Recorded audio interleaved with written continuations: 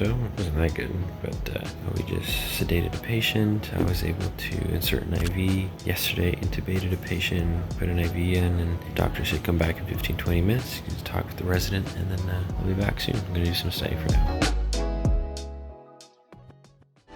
Alright, so I'm back in the lounge. I was able to see some of the surgery and talk with the resident about indications for certain medications and just asking questions to study off of the resident, and currently studying again, just because there's a lot of downtime in anesthesia.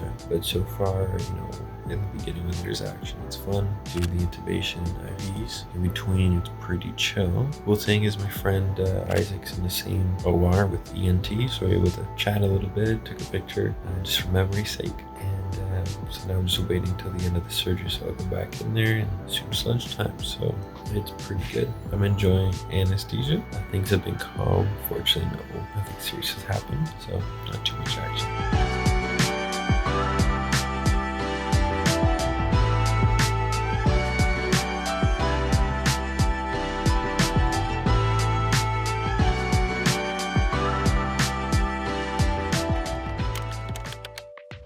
So yesterday, the doctor sent me home early because we intubated the patient and there's nothing else to do. So now I'm back at it again another day, except today I'm on call till 10 p.m. So I'll be in the OR room soon at 7:05 now. Surgeries will be in the OR at 7:30 till about 3 p.m. Then I have lectures. After the lectures, I have to start my call shift from about 4 to 10. Seems like I'm the first one, so I'm gonna get everything set up.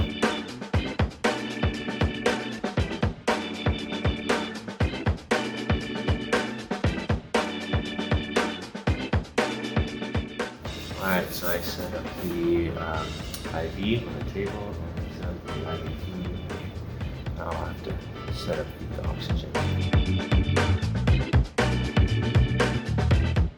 I've been here about 15 minutes, set up the IV bag, and what I think I set up the intubation station there. Still need some help with that, but nobody's here, no nurses, no anesthesiologists. I hope the surgery's still going whilst I set it up prematurely. So apparently they switched rooms, and I wasn't aware of that, so I set up the room for a different doctor. Now I have to find a doctor. This is the vascular unit. Everything's brand new. Looks very nice.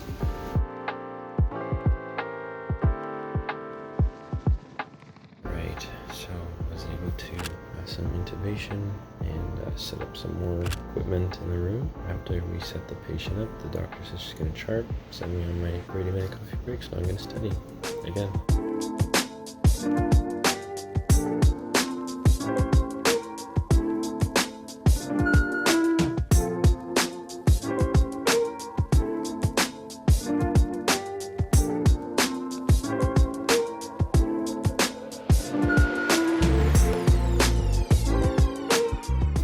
Finished a very long 2.5-hour lecture on toxicology.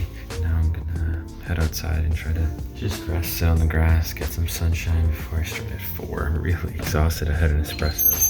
Still tired.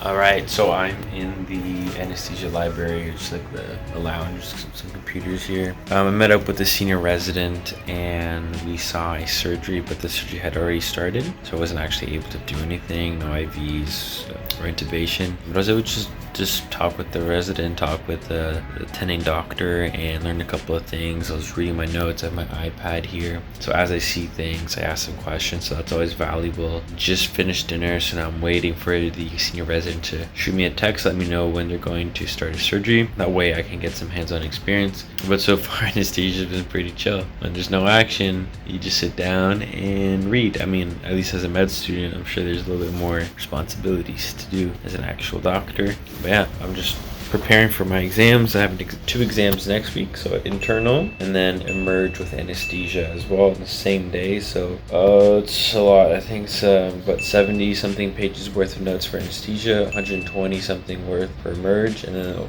300 pages for internal. I'm not going to get through all of them, but I will try to just review a little bit each day, more high yield topics, and then do some practice questions on New World. Stressful, very stressful. And I hear mixed reviews about the exam. Some people say it was easy, straightforward. Other people say it was really hard exam. I tend to go with the harder side. It's just exams are never easy for me, ever. Even if I study a lot, they're always challenging. And I never really get like the top mark of the class, so just gotta keep my nose to the books and really utilize this weekend to study a lot. Right now I've been reviewing a little bit about kind of induction agents, giving like propofol to the patient as an anesthetic, and then giving them also fentanyl, giving them either rocuronium, which is a muscle relaxant. So I'm just reviewing some of the medications, some of the dosages, and making sure that I at least know that and some of the other high yield topics. If you guys have any questions about anesthesia or third year of medical school or medical school in general, comment down below, give this video a like, and share with your friends. Share with friends who are interested in medical school so we can grow the community of people on the channel, all right?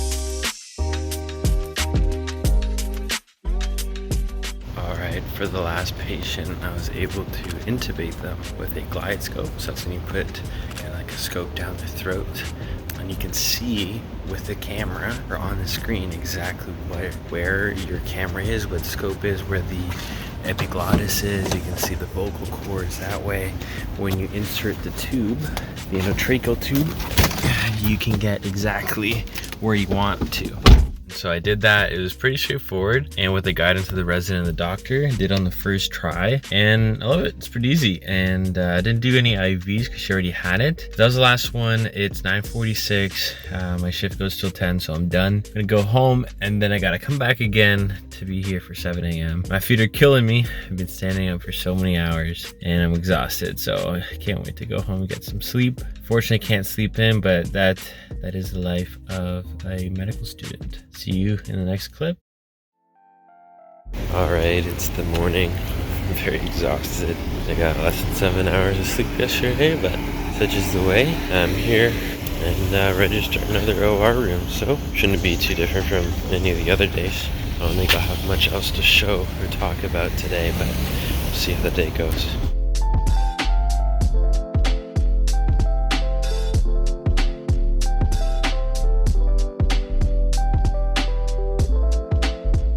Alright, so today wasn't too interesting. I saw 3 gastric bypasses, and this was a bariatric surgeries, and I was able to do a couple of IVs and intubations.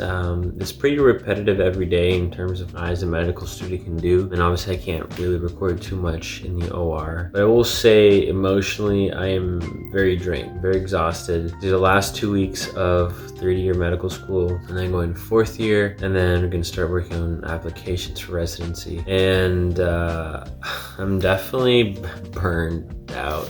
I feel like I've been burnt out for quite a while. I'm just kind of coasting, trying to absorb information through just skimming notes, and the closer I get to the exam, the less secure I feel in my knowledge. So that's the stress levels kind of go up for that, because I have to do the anesthesia, emerge, and internal, and there's a lot of that. And then every once in a while you get a preceptor, a doctor you work with that's a little bit tougher, and they pimp you a lot, or maybe they're just not friendly, and that really brings down the emotional atmosphere, I guess, because you just don't feel like it's open enough for you just to ask questions and just have a conversation. So you're just kind of really trying to stay away, or trying to not get in their way, and that's not really how you want to be living in medicine. Although oftentimes as a med student in the OR room, that is how you feel. So I don't think there's too much to talk about for anesthesia in this video. This video is probably long enough already. Some of the interesting things that I've been learning is just the classifications in terms of complex patients. You know, there's ASA 1 through 5 or 6. You know, 1's a healthy person, 2 is they have some type of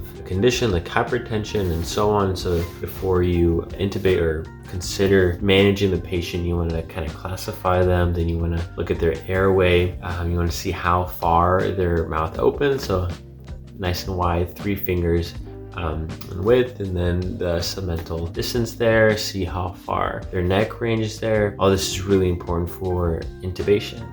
And then you want to have a good knowledge of all the medications, all the drugs you're going to be using, like propofol for anesthetic. Then you've got your muscle relaxants, and you have your like anti-nausea medication, Haldol, Dex, and Ondansetron. So there's a lot. You're basically a chemist, you're a pharmacist, and you have to know exactly which receptors these drugs work and how to reverse them if possible. So overall, anesthesia has been really nice. I actually enjoy it, and if I weren't kind of fixed on family medicine and the path I have through there, I would consider anesthesia, radiology, and emergency medicine. I think those are the top 3 other specialties that I would consider. Anyways, I hope this video has been helpful to show you guys the life of a med student in anesthesia, at least. If you have any questions, comment them down below. If you have any topics you want me to talk about, comment down below. Message me on Instagram. I truly respond to everybody. And some people reach out for help or advice for the medical school application, and I always try to give the best advice I can and help you guys out because I know how it feels to be helped. All right. God bless. Love you guys. Take care.